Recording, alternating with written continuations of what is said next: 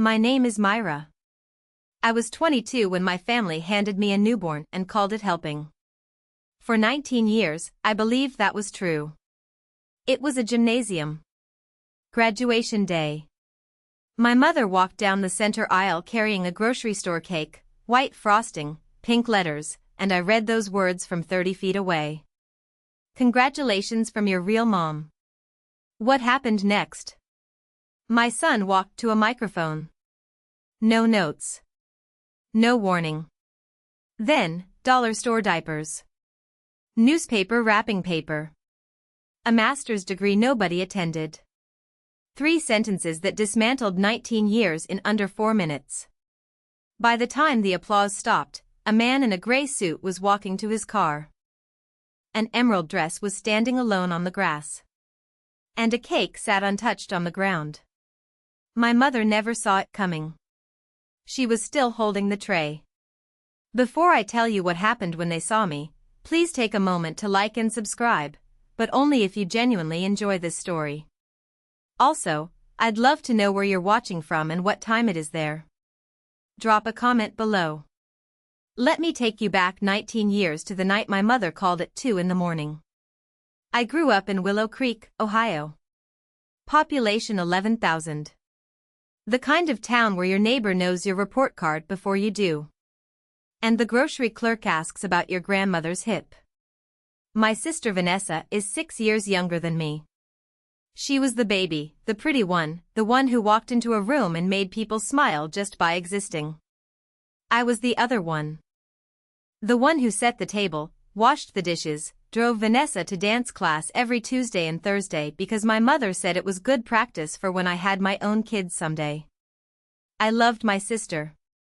I want to be clear about that. I loved her the way older sisters do, with irritation and tenderness braided together so tightly you cannot separate them. Our mother, Rita, had a simple philosophy. Vanessa was fragile. Vanessa needed protection. Vanessa was the one you worried about. And I was the one who handled things, the reliable one, the one who did not need checking on because I would figure it out. Our father, Gerald, agreed with whatever Rita said. He was not a cruel man. He was an absent one, present at the dinner table, gone from every conversation that mattered. I was 22. The spring everything changed.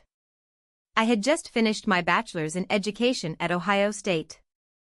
I had been accepted into a master's program with a full scholarship.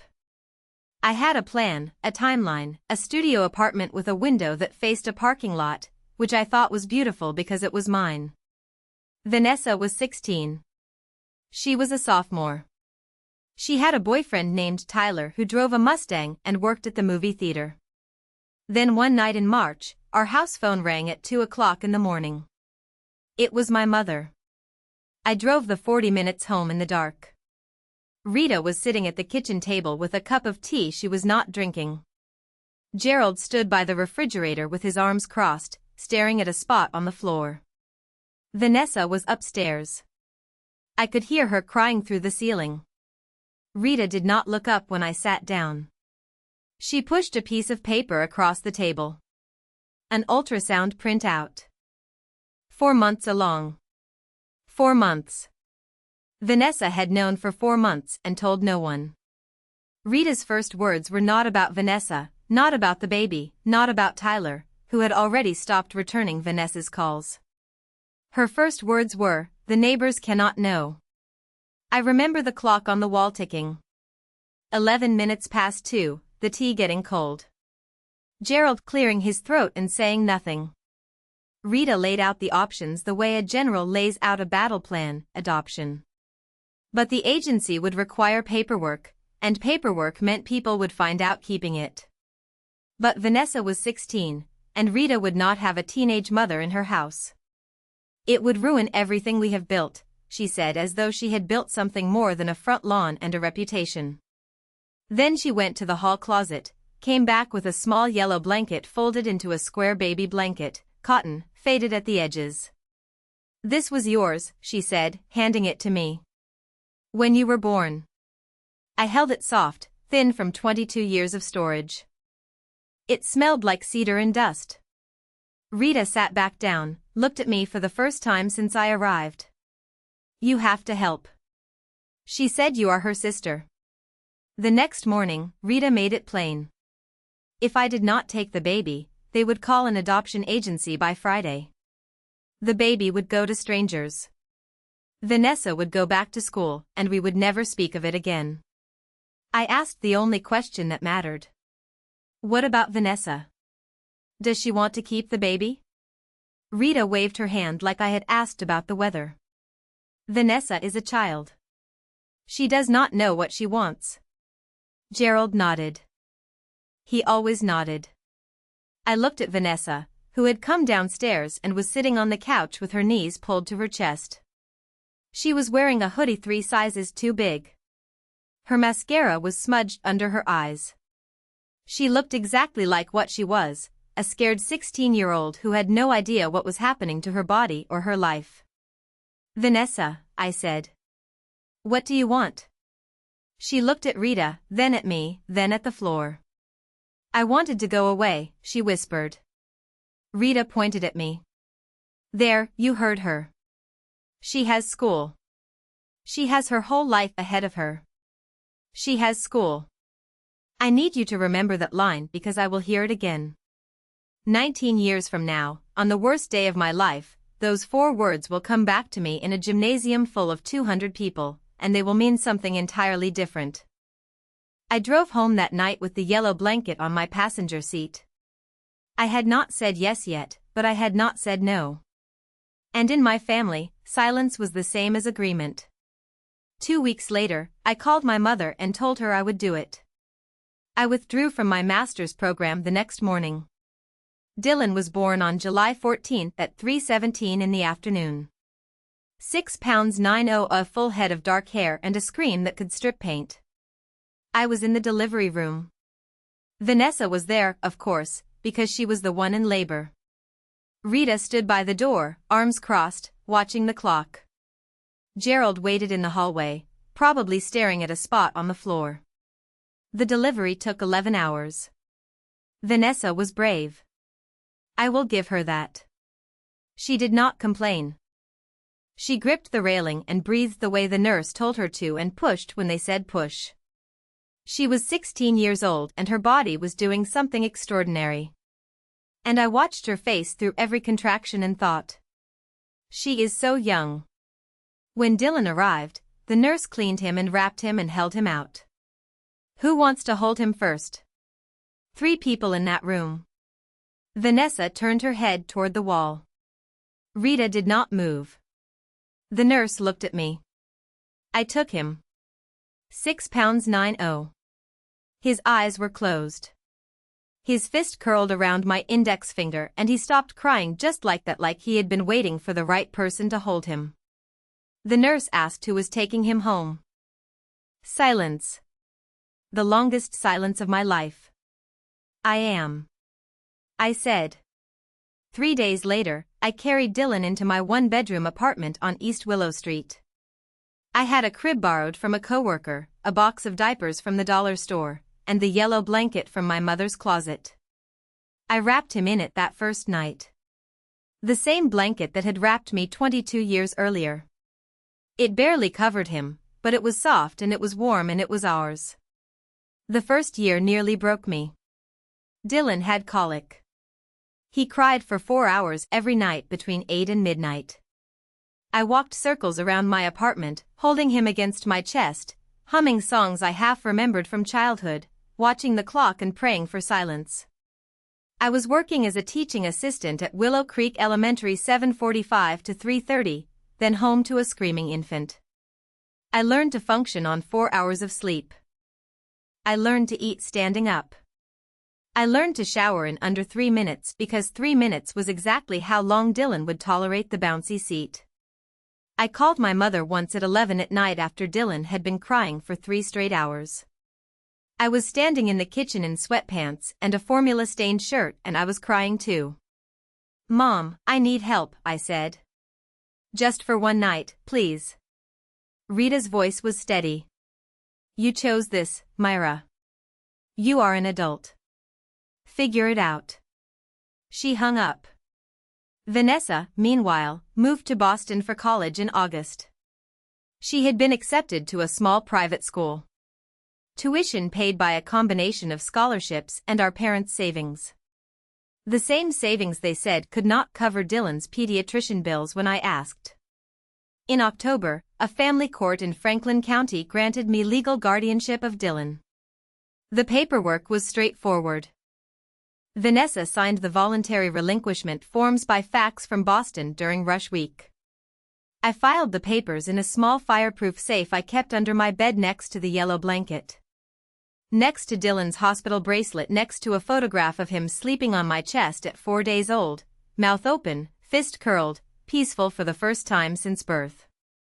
He was mine legally, finally, completely. Let me give you the next 5 years in snapshots. Dylan at 1 first steps. He walked from the coffee table to the couch. 3 feet of open air, arms out, grinning like he had conquered Everest. I recorded it on a flip phone that barely held 30 seconds of video. I still have that video. Dylan, 2. Ma was his first word. Not mama or mommy, just ma. Short, efficient, like he had already figured out the most important thing and did not need extra syllables. Dylan at 3. I started teaching part-time at Willow Creek Elementary, mornings only, while a neighbor named Patty watched Dylan for $40 a week. Patty had 6 grandchildren and the patience of a geological formation. Dylan loved her. Dylan at 4. He could read not just letters, words, sentences. He read the cereal box at breakfast and asked me what riboflavin meant. I had to look it up. Dylan at 5, first day of kindergarten. I stood outside the school gates for 15 minutes after he walked in just in case. He did not look back. He marched in with his Spider-Man backpack and did not look back. And I was so proud and so devastated at the same time that I sat in my car and cried. No one from the Summers family visited during those 5 years. Not once. No Christmas presents, no birthday cards. Rita called occasionally to ask how I was managing, never to offer help. Gerald sent a check for $50 on Dylan's 3rd birthday. No note, just the check. Christmas morning when Dylan was 3, just the 2 of us. I wrapped his gifts in newspaper because I could not afford wrapping paper. He did not notice. He was 3. He thought the comics page was part of the gift. When Dylan was 6, Vanessa called. It was a Tuesday evening. I was making spaghetti. Dylan was at the table drawing a picture of a dinosaur eating a spaceship. The phone rang and the caller ID showed a Boston area code and I almost did not answer because I thought it was a telemarketer. Myra, it's Vanessa. Her voice had changed. Deeper, more polished, like she had been taking classes and sounding like an adult. She did not ask about Dylan, not how he was doing in school, not what he liked to eat, not whether he still had colic or had outgrown it years ago. She did not ask any of those things.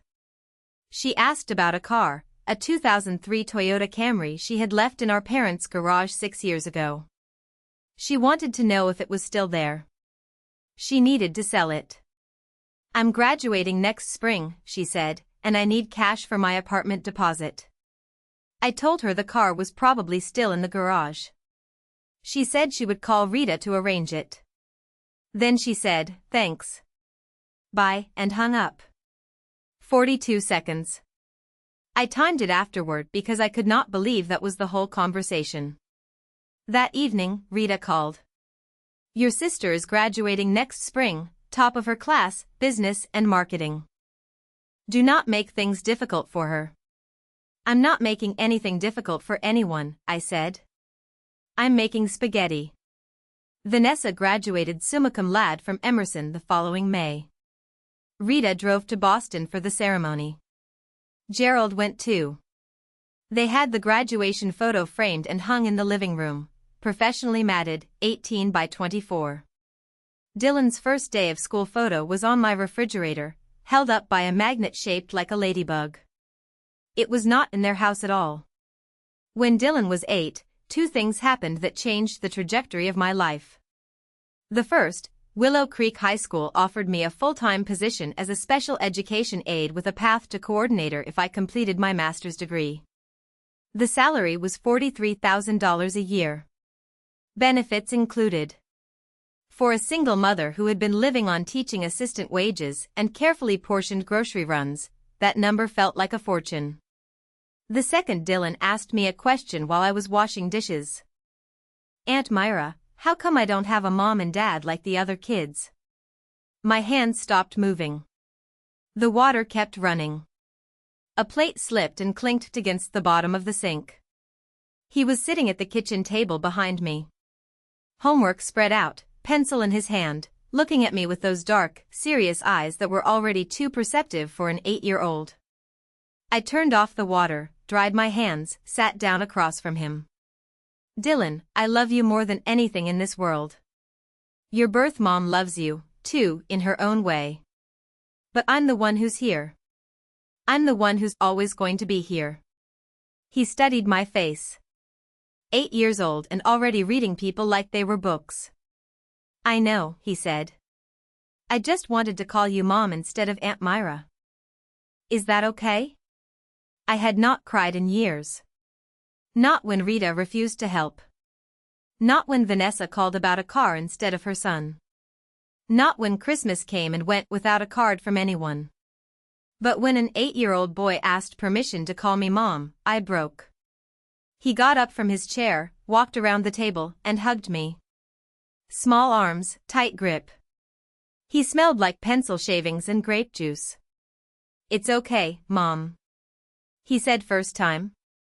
That night after Dylan went to bed, I sat at the kitchen table for a long time.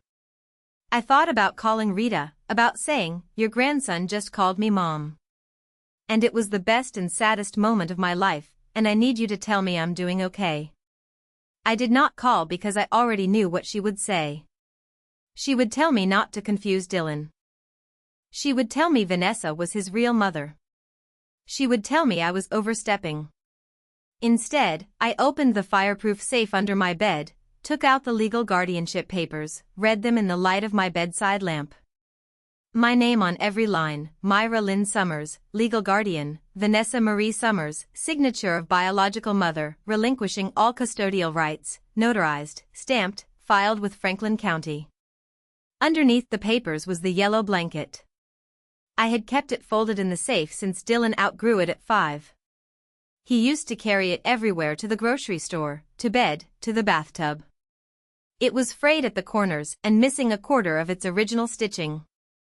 It smelled like baby shampoo and years. I was still holding it when I heard a small knock on my door.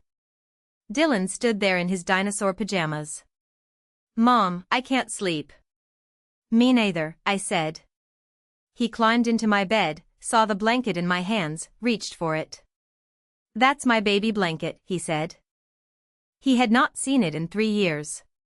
"It was mine first," I said. "Before it was yours." He took it from me, studied the frayed edges, then he folded it carefully, too carefully for an 8-year-old, and placed it back in the safe. "We should keep it safe," he said. "It's important." It was more than he knew. I told Dylan the full truth when he was 13. We were sitting on the porch on a Sunday afternoon. He had been asking questions for months, not direct ones, but circling questions. Why did Grandma Rita always introduce him as Vanessa's son? Why was there no record of his birth in our family photo albums? Why had he never met Tyler? So, I told him all of it. I told him about the phone call at 2 in the morning, about Rita's ultimatum, about the yellow blanket and the 40-minute drive home in the dark. I told him that Vanessa was 16 and scared and not ready. I told him about the facts, about the legal papers, about the fact that his biological mother had not called, written, or visited in 13 years. I did not editorialize. I did not say Vanessa was a bad person. I did not say Rita was wrong. I just told him what happened in order the way it happened. Dylan listened without interrupting. When I finished, he stood up, went inside, and closed his bedroom door. He did not come out for 2 days. On the third morning, he appeared at the kitchen table already dressed for school. I had made scrambled eggs. He sat down, picked up his fork, ate 3 bites. Then he said, "I'm not angry at her." At Vanessa? I asked at any of them. I'm just sad for her. She missed everything. He went to school. I sat at the table for another 20 minutes holding a spatula, not breathing properly. Dylan did not stop calling me Mom. He did not ask to meet Vanessa. He did not ask to call Rita or Gerald. He just continued being 13. Awkward, brilliant, growing 3 in that summer. And he continued being mine. While I was raising Dylan, Vanessa was collecting accomplishments. MBA from Northwestern, marketing director at a boutique agency in Chicago by 28. Corner office, company car, the kind of career that photographs well on LinkedIn. She also collected marriages. The first 2 years, his name was Brett. I never met him. The second lasted 14 months. His name was Marco. I never met him either. Each time Vanessa got divorced, Rita called me not to ask how Dylan was doing, not to tell me about what Vanessa's son had scored on his math test or that he had made the honor roll for the 4th time in a row. She called to tell me not to add to Vanessa's stress. Your sister is going through a hard time, Rita said after divorce number 2. She doesn't need judgment from anyone right now. I haven't spoken to Vanessa in 3 years, I said. Good. Keep it that way. Let her heal. My sister got married twice, divorced twice, and neither time did she send Dylan a birthday card. July 14th came and went year after year, and the mailbox stayed empty.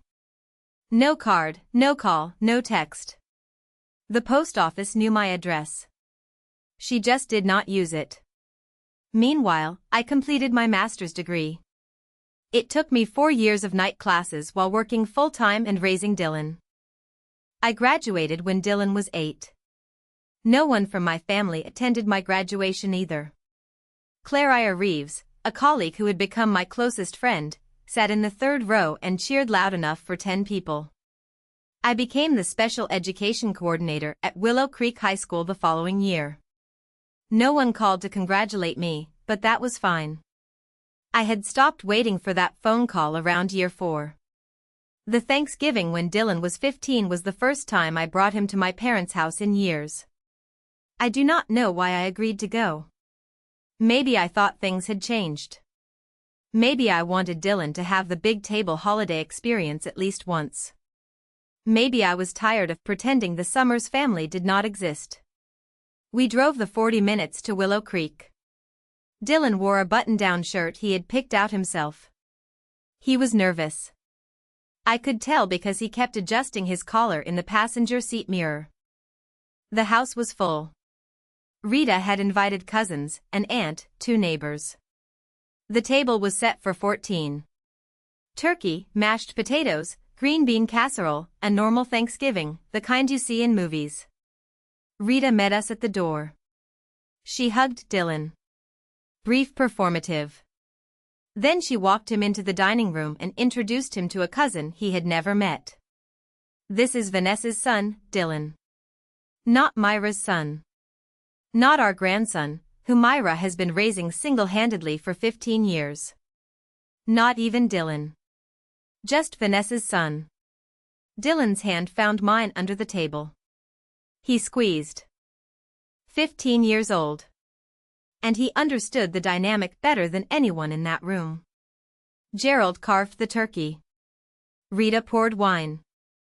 No one asked Dylan about school, about his grades, about the science fair project that had won 2nd place at the state level. No one asked me about anything at all. After dessert, Rita cornered me in the kitchen. It was nice of you to bring him, she said, loading the dishwasher. Vanessa would be glad to know he's doing well. Then maybe Vanessa should ask him herself, I said. Rita gave me the look, the one that said, "You are being difficult again." We drove home in silence. Dylan broke it first. I don't need to go back there, Mom. Dylan's junior year was when I realized he was not just smart. He was remarkable. Straight A's since freshman year, AP classes stacked 3 deep, debate team captain, volunteer tutor at the community center every Saturday morning. His teacher stopped me in the hallway to say things like gifted and exceptional and have you considered early college admission? I had considered nothing except making sure he ate dinner every night and had clean clothes for school. Everything else, the grades, the ambition, the quiet discipline, that was all Dylan. His college counselor called me in for a meeting in October. Dylan is on track to be valedictorian. She said, his essay is one of the strongest I've read in 20 years. I asked what the essay was about. She slid a printed copy across the desk. The title was centered at the top in 12-point Times New Roman, The Woman Who Chose Me. I read it in the school parking lot because I could not read it in front of another human being. I sat in my Honda with the engine off and the windows up, and I read every word. He wrote about the night I brought him home from the hospital. About the yellow blanket. About learning to ride a bike in the parking lot of our apartment complex because we did not have a driveway. About the Christmas mornings with newspaper wrapping paper. About the night he asked to call me Mom and I cried. He wrote, biology is an accident. Love is a decision. My mother made that decision every single day for 19 years and she never once asked for credit. I sat in that car for 20 minutes before I could drive. The parking lot emptied around me. The sun went down. I held that essay against the steering wheel and I let myself feel every single year. 2 months before graduation, Dylan showed me the group chat. He came home from school on a Wednesday and set his phone on the kitchen counter. Screen up. Mom, you need to see this. It was a family group text. Rita, Gerald, Vanessa, Aunt Patrice, Uncle Dale. Someone had added Dylan to the thread by accident. Probably Rita, who could barely operate her phone on a good day. The messages went back 2 years. I scrolled through them, sitting at the kitchen table while Dylan stood by the window, arms crossed, watching me. Rita, 14 months ago. When Vanessa is ready, she will take Dylan back. Myra is just keeping him for now. Vanessa, same thread. 3 days later. Give me a couple more years. I'm getting my life together. Gerald, thumbs up emoji. Aunt Patrice. Poor Vanessa. She's been through so much. Uncle Dale. Myra should be grateful she got to have a kid at all. I read every message twice. My hands were steady because they had to be. The kitchen was quiet except for the refrigerator humming. 2 years. For 2 years, my family had been discussing the return of my son like he was a borrowed lawnmower.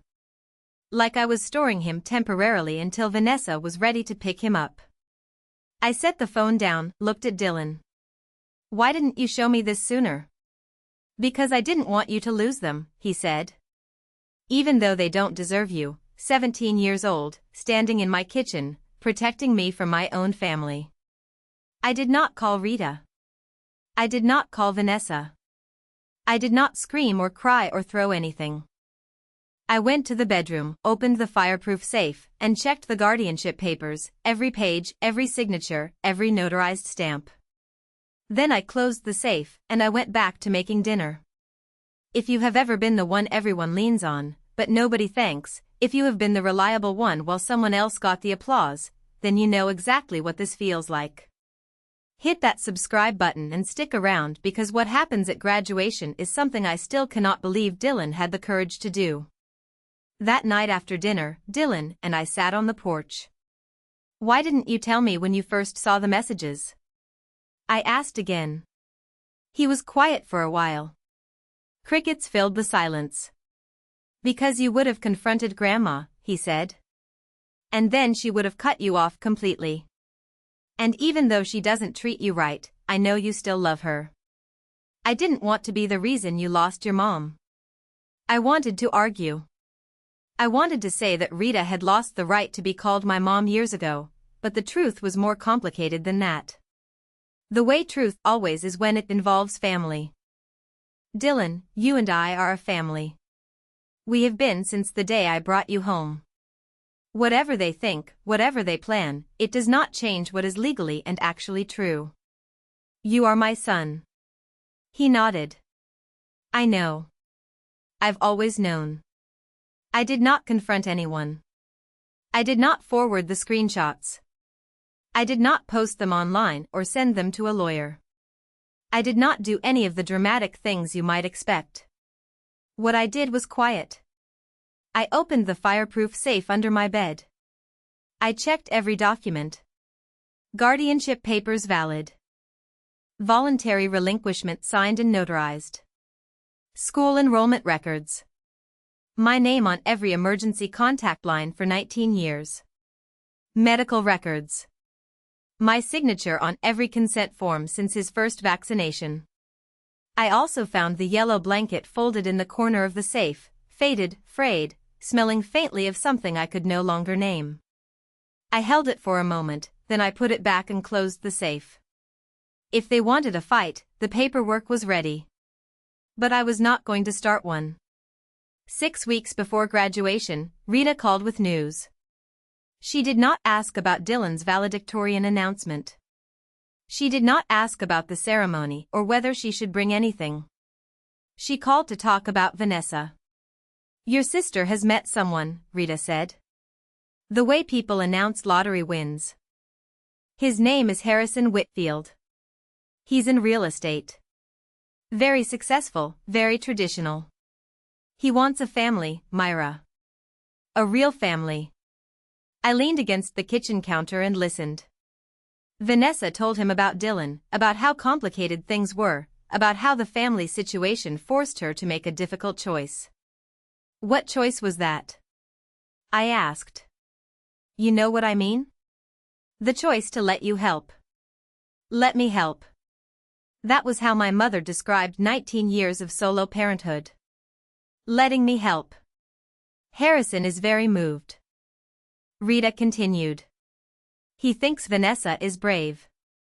He wants to meet Dylan. This could be Vanessa's chance. Myra, her chance to finally have everything she deserves. Her chance. Not Dylan's chance to know his biological mother. Not a chance for the family to heal. Not a chance for you to finally get some recognition. Vanessa's chance. That was the phrase my mother used. The graduation of my son, the child I had raised for 19 years. And my mother saw it as an opportunity for Vanessa. Harrison doesn't know the full story, does he? I said he knows what he needs to know. He doesn't know she signed away her rights by facts during rush week. Silence then. Do not ruin this for her. I hung up, went outside, sat on the porch steps for 30 minutes, watching the streetlights come on one by one. Fireflies, lawnmowers in the distance. Dylan came out with 2 glasses of water, sat next to me. Grandma called?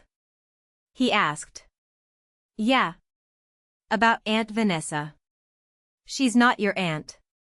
I know, but it's easier. 3 weeks later, Dylan came into the kitchen holding his phone. She messaged me. I was grading papers at the table, red pen in hand, stack of IEP reports. He turned the screen toward me. Instagram direct message from an account with a professional headshot and 4,000 followers. Hey, handsome. I know this is out of the blue, but I'm your bio mom. I've thought about you every single day. I would love to meet you. I'm coming to town soon. Followed by 3 heart emojis and a smiley face. I read it twice. Sat down my red pen, looked at Dylan. He was watching me the way he always did when something important was happening. Quietly, carefully, measuring my reaction before forming his own. What do you want to do? I asked. I don't know. What should I do? That's your decision, Dylan. Not mine. He sat down, thought about it for 2 full minutes. Then he typed a reply. Short, polite, cool. Hi, thank you for reaching out. I appreciate you thinking of me. No, Mom. No heart emojis. No, I'd love to meet you. Just a surface-level acknowledgement that a message had been received. Vanessa replied within 90 seconds. Can't wait to see you at graduation. I'm bringing someone special I want you to meet. Dylan read it. Then he locked his phone and put it face down on the table. I thought about Vanessa at 16 signing papers by facts from a sorority house and Vanessa at 35 typing I've thought about you every single day with 3 heart emojis. Same person, same avoidance, different font. She has school. I've thought about you every single day. 2 sentences, 19 years apart. The first was at least honest. 6 weeks before graduation, the school made it official. Dylan Summers, valedictorian, class of 2026. I got the call from the principal's office on a Tuesday morning between second and third period. I was in the middle of an IEP meeting for a student with dyslexia. I excused myself, stepped into the hallway, and listened to Principal Hicks tell me that my son had the highest GPA in a class of 312 students. He'll give the valedictorian address at the ceremony, Hicks said. 5 to 7 minutes. He can choose his own topic. I thanked her, hung up, leaned against the hallway wall for a moment. A sophomore walked by and asked if I was okay. I told her I was fine. I was better than fine. That evening, I told Dylan. He smiled. The quiet, contained smile he had inherited from no one in the Summers family because it was entirely his own. I already started writing the speech, he said. Can I read it? Not yet. You'll hear it at the ceremony. For the next 6 weeks, I heard him practicing behind his closed bedroom door. Reading out loud, pausing, rereading.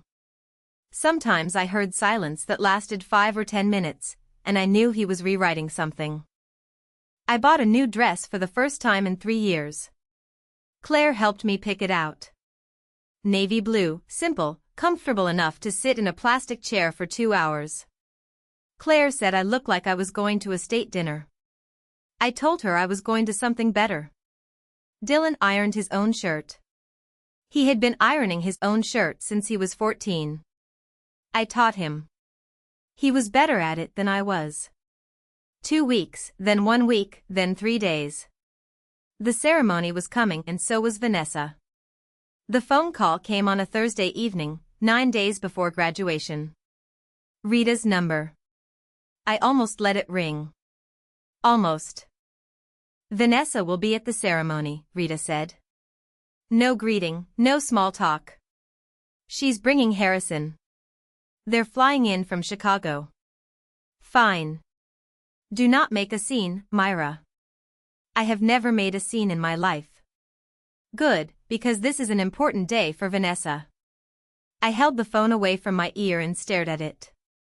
An important day for Vanessa, not for Dylan, the one graduating.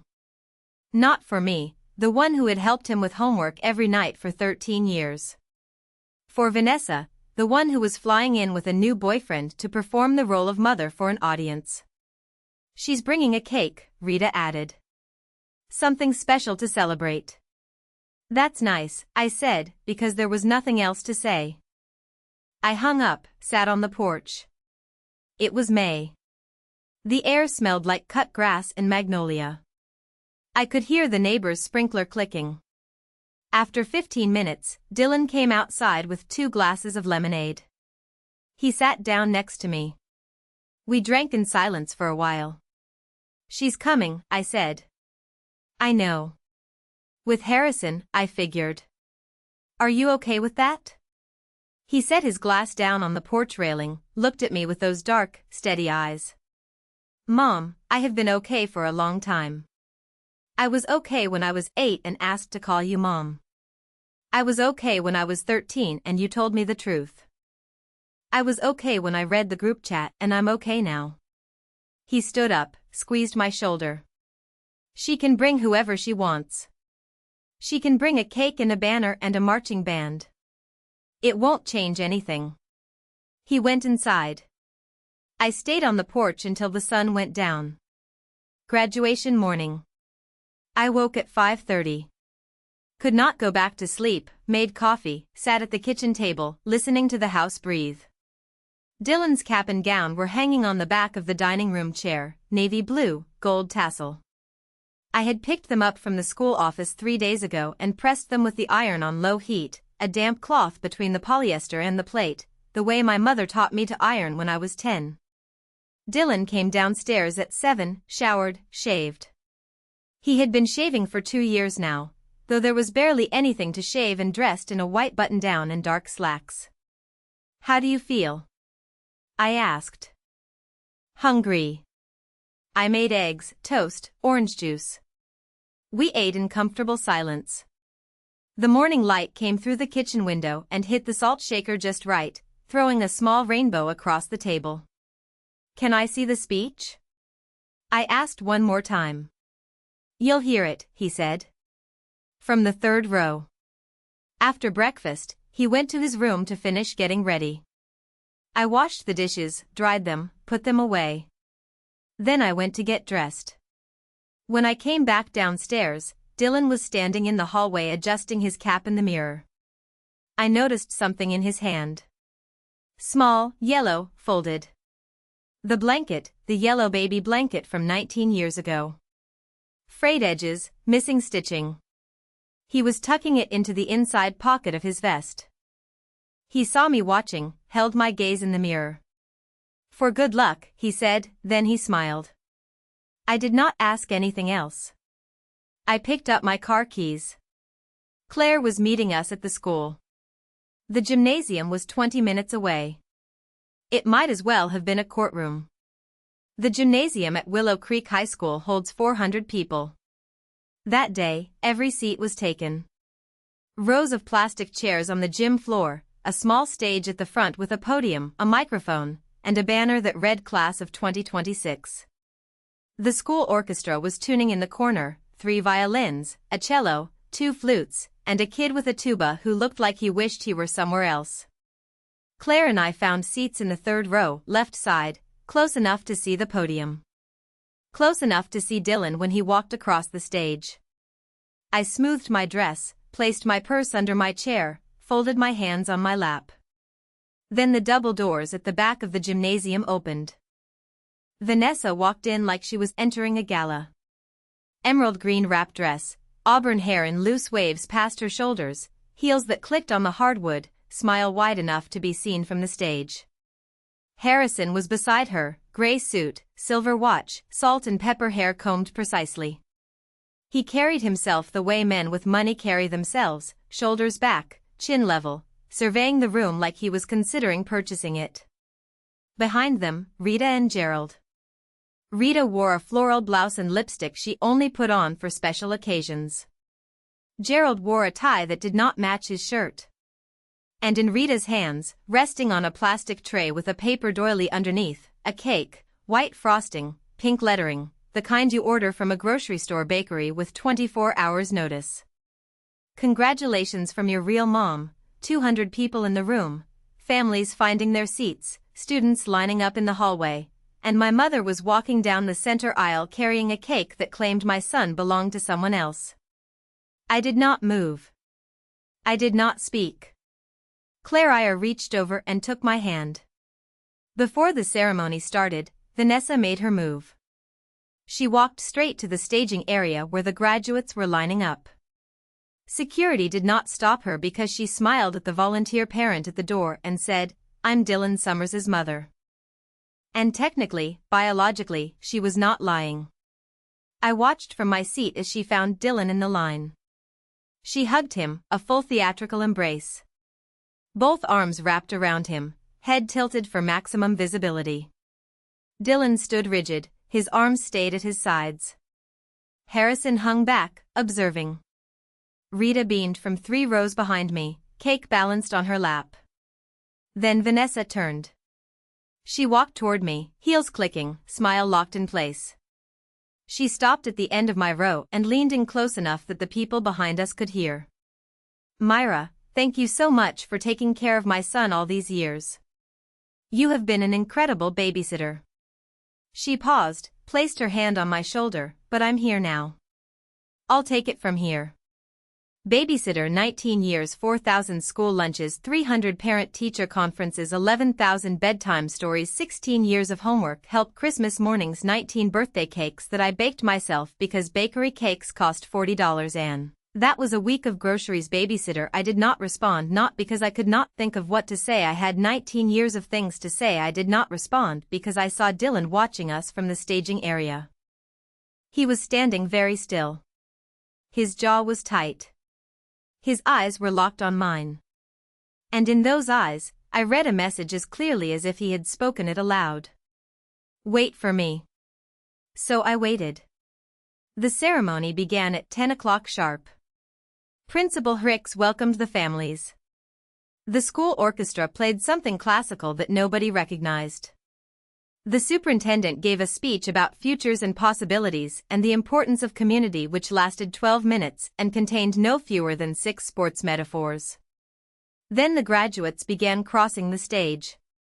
One by one, name called, diploma received, handshake, smile, photograph. 263 graduates in alphabetical order. Vanessa had moved to the second row directly in front of me. She had her phone out recording. Every time a student crossed the stage, she lowered it. When someone named Samantha Ruiz walked across, Vanessa leaned to Harrison and whispered something. Harrison nodded. He looked comfortable. He looked like a man who believed every word his girlfriend had told him about her past. Rita sat at the end of the row with the cake on her lap. She was guarding it like it contained state secrets. Gerald sat beside her, hands on his knees, staring straight ahead. I sat in my chair with my hands folded. Claire was next to me, her phone in her purse, her attention on the stage. She was the only person in that gymnasium who knew the full story, the group chat, the facts, the 19 years, Summers, Dylan. I heard his name and everything else disappeared. The gymnasium, the crowd, the cake, Vanessa's emerald dress, Harrison's silver watch, all of it fell away. Dylan walked across the stage, tall, steady, cap perfectly straight. He shook the superintendent's hand, received his diploma, and looked down at me in the third row. He winked. Then he walked to the podium because the next item on the program was the valedictorian address, and every person in that gymnasium was about to learn who Myra Summers really was. Dylan adjusted the microphone, cleared his throat, unfolded a piece of paper. "Good morning," he said. His voice was clear, calm, projected the way I had taught him when he was 12 and doing his first book report presentation. "Graduates, families, faculty. Thank you for being here." He started with the expected material. Freshman year disorientation, the cafeteria mystery meat. That one substitute teacher who showed movies for 6 weeks straight. The crowd laughed. Vanessa laughed loudest, her hand on Harrison's arm. He talked about what Willow Creek had taught him, about the teachers who stayed late, about the janitor who knew every student's name, about the librarian who kept a secret stash of granola bars for kids who came to school hungry. He was good, natural, warm, without being sentimental. The audience was with him. Then he paused. He looked down at the paper in his hands, studied it for 3 seconds, 5. Then he folded it carefully, deliberately, the way he folded the yellow blanket when he was 8. He placed it on the podium and he began speaking without notes. "I've been planning this speech for 6 weeks," he said. "I wrote 9 drafts, but I realized this morning that the most important thing I want to say isn't on any of those pages." The gymnasium got quiet. The particular kind of quiet that happened when 200 people simultaneously realized something unexpected was coming. Vanessa was still smiling. She leaned forward slightly. Her phone was recording. She thought he was about to talk about her. I could see it in the way she straightened her posture, the way she squeezed Harrison's hand. She was preparing for her moment. She had no idea what was coming. "The person I want to thank most today," Dylan said, "is not a teacher, not a coach, not a friend. It's a woman who was 22 years old when she was handed a newborn baby and told this is your responsibility now. The gymnasium was silent. She had never changed a diaper. She had never heated a bottle. She had just been accepted into a master's program with a full scholarship, and she gave it up. The next morning, without hesitation, he paused. Let the words settle. She moved into a one-bedroom apartment and figured it out. 4 hours of sleep a night for the first year. Teaching assistant salary, dollar store diapers. She wrapped my Christmas presents in newspaper because she couldn't afford wrapping paper. Somewhere in the back of the gymnasium, someone sniffed. A mother, probably.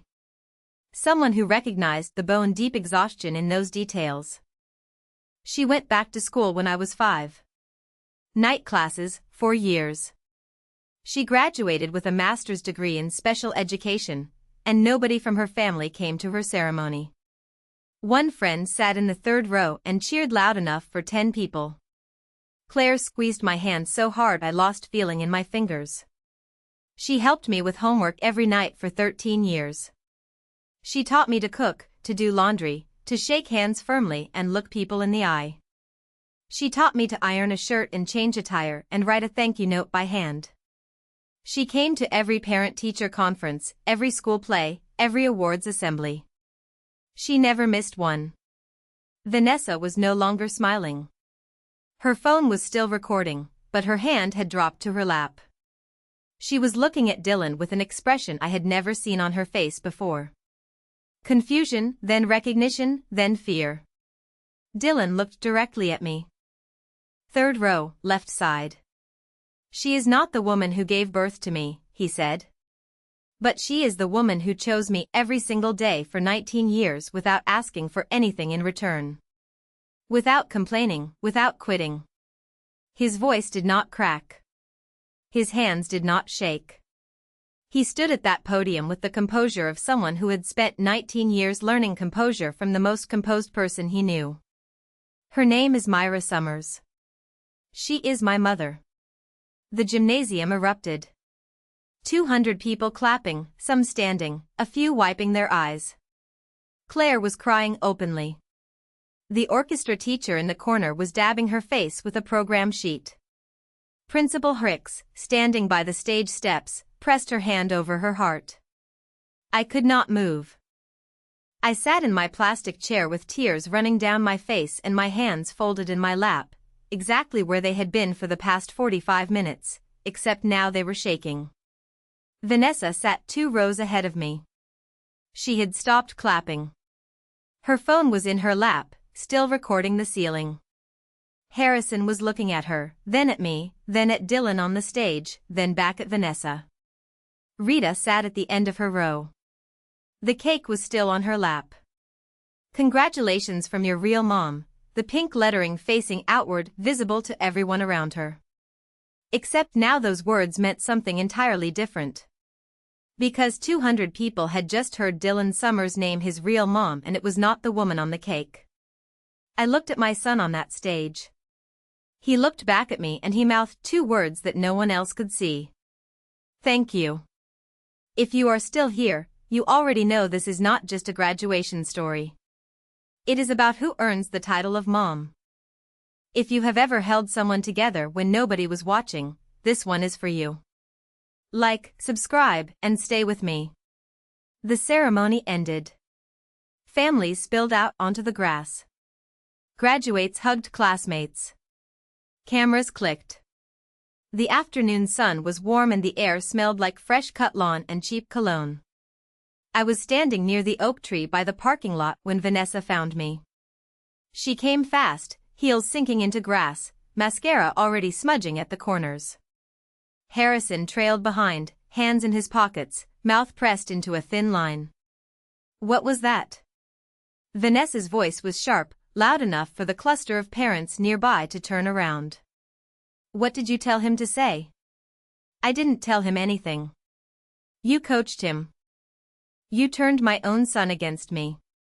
Dylan appeared behind her, still in his cap and gown, diploma in one hand. Nobody coached me, he said.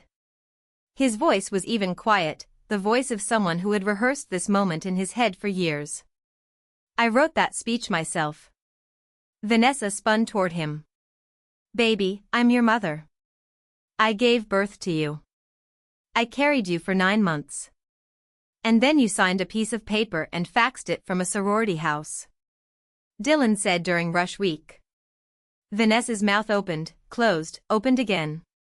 Grandma told me once that you had to go because you had school, Dylan continued.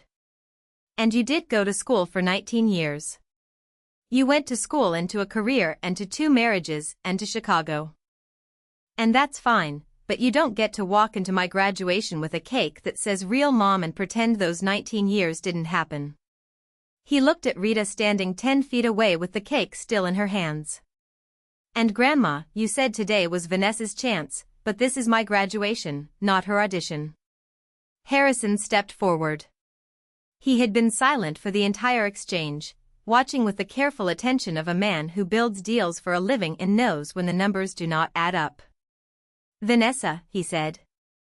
His voice was low, controlled.